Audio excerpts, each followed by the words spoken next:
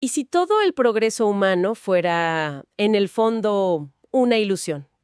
Es una idea fuerte para empezar, pero a ver, vamos a jugar con ella. Es una idea provocadora sin duda. Totalmente, porque tenemos satélites que ven galaxias, inteligencia artificial, medicina que alarga la vida, pero ¿qué tal si psicológicamente, en nuestro núcleo, seguimos siendo la misma especie de hace 3000 años?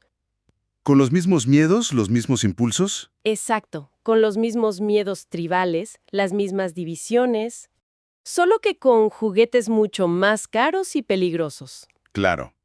Hoy vamos a hacer un análisis a fondo de un material que plantea justamente eso. La tesis es atrevida. Dice que la humanidad está atorada en un ciclo de repetición. Un ciclo infinito. Infinito, ¿sí? Y por una razón muy simple. No entiende el mecanismo que la maneja. Y para que no parezca pura filosofía, arranca con un dato que, la verdad, te deja helada. Es un dato muy potente. En 3000 años de historia que tenemos documentada, se han registrado más de 5000 guerras. 5000. Es casi incontable. O sea, esto significa que no ha existido un solo momento de paz global real. Nunca. Si eliges un año al azar, no sé, 1523 o 1985, en algún lugar del planeta alguien estaba matando a alguien más por una idea. Y la pregunta que nos lanza este material es brutalmente simple. ¿Por qué? Y creo que es fundamental aclarar algo desde el inicio. Este análisis no es un ataque al progreso material, no. Claro, no va por ahí. Nadie está diciendo que los antibióticos o Internet sean malos. La exploración que se propone es mucho más profunda, va directo a la psique. La premisa es que la raíz de este conflicto eterno, de este ciclo, no está en la política ni en la tecnología. ¿Sino en nosotros? Exacto. En un error de percepción fundamental sobre quiénes creemos que somos. Ok, entremos de lleno entonces. El análisis arranca con lo que llama el error fundacional, y es este. El ser humano no se conoce a sí mismo, así de simple y así de complejo. Creemos que somos las autoras de nuestros pensamientos, las directoras de nuestra película interna. Pero la idea aquí es que lo que llamamos yo es en realidad un paquete de reflejos automáticos. Un software que corre en automático. Justo. Y desglosa de qué está hecho este supuesto yo. Menciona la memoria, la personal y la cultural, los condicionamientos de la infancia, esas reglas que nos metieron en la cabeza. El miedo constante a todo, al fracaso, a la muerte, al qué dirán. La comparación incesante con los demás. Y el deseo de continuar, de no desaparecer. O sea, es un programa que corre solo y que después de cada acción nos susurra al oído. Fuiste tú lo decidiste. Y aquí es donde se pone fascinante, porque usa una analogía muy potente. El individuo cree que piensa, cuando en realidad es pensado. Uf, es pensado. La metáfora es la del títere que cree ser titiritero. Eso suena muy determinista. ¿La fuente está diciendo que no tenemos libre albedrío en absoluto? Porque esa es una afirmación enorme. Esa es la reacción natural y es la pregunta crucial, ¿no? Claro, suena que somos simples robots biológicos y ya. Bueno, el texto no lo plantea tanto como una ausencia total, sino como la ausencia de libre albedrío mientras operemos desde ese mecanismo. Ah, ok. Mientras estemos identificados con el títere, pues todas nuestras decisiones serán reacciones predecibles basadas en esa programación. Miedo, deseo, memoria, ya veo. El verdadero acto de libertad, según este análisis, no es elegir entre A y B, sino darte cuenta de que no eres el títere. Ver la mecánica es el primer paso. Mientras no la veas, cualquier cambio es solo el títere queriendo cambiar el color de sus hilos. Ok, me queda más claro. No es que no haya libertad posible, sino que no existe dentro del sistema en el que casi todos vivimos. Entendido. Pero entonces, ¿qué pasa con todo lo que hemos construido? La ciencia, el arte, ¿no cuenta como un progreso real? Justo ahí es donde el análisis se pone más filoso. Llama a todo ese desarrollo la sofisticación de la misma ignorancia. ¡Guau! ¡Qué frase! Es demoledora. La idea es que no hemos cambiado la estructura psicológica, solo hemos mejorado las herramientas que esa estructura utiliza.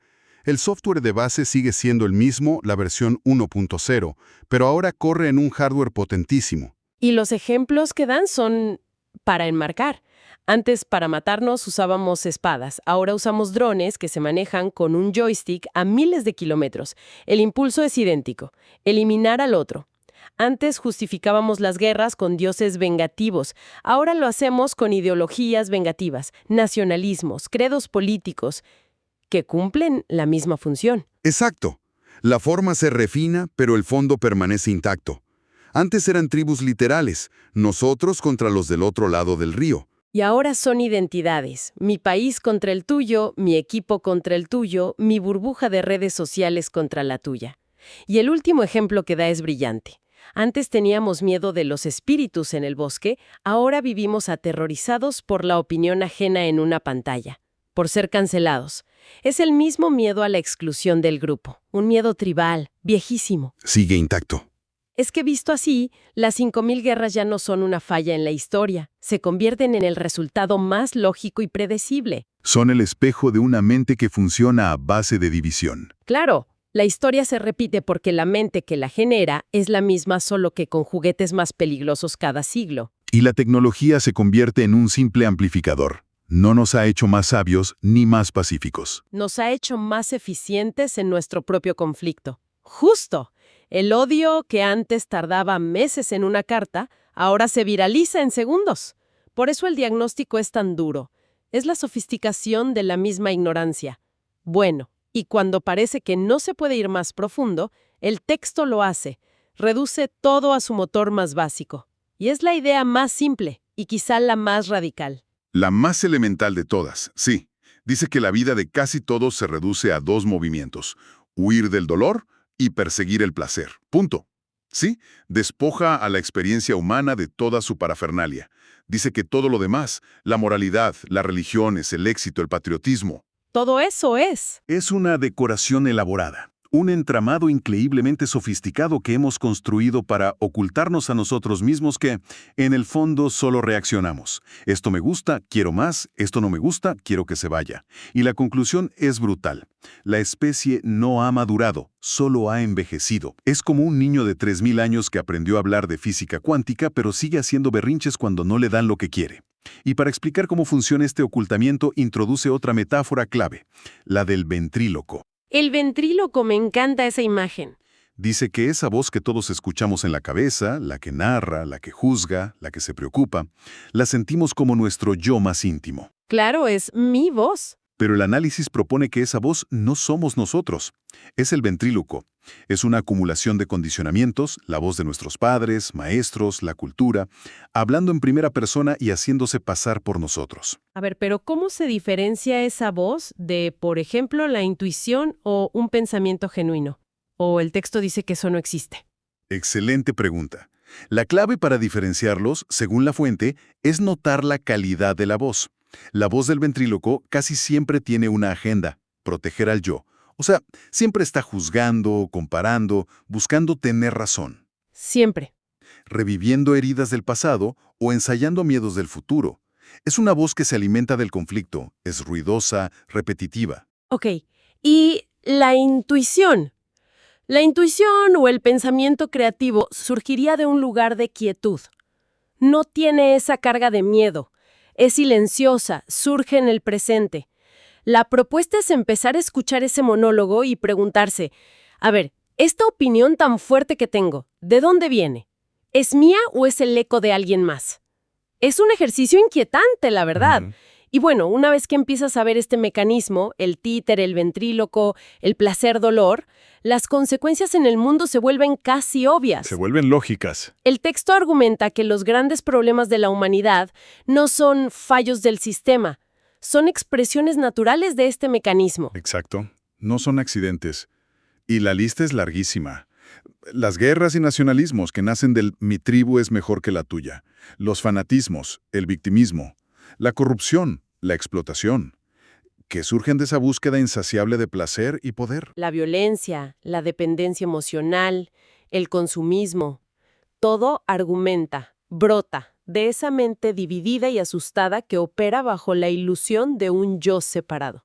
Y esto cambia radicalmente la forma de ver los problemas. Dejamos de verlos como crisis aisladas que se pueden solucionar con una nueva ley o un nuevo gobierno. Claro, Empezamos a verlos como lo que son, síntomas.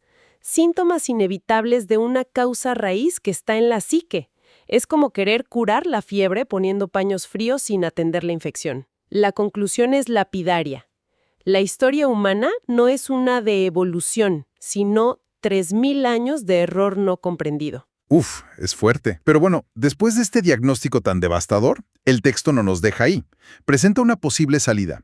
Y es muy enfático en que esta salida no es tecnológica ni política. Ni moral, en el sentido tradicional. Sin juzgarlo, sin intentar cambiarlo. Solo verlo. Y aquí es donde se vuelve práctico, porque ver el mecanismo suena muy abstracto, ¿no? Por eso lo desglosa en 5 comprensiones o saltos clave. De acuerdo, el primer punto es ver que el yo no es el autor, sino el efecto. A ver, eso es difícil de digerir en el día a día.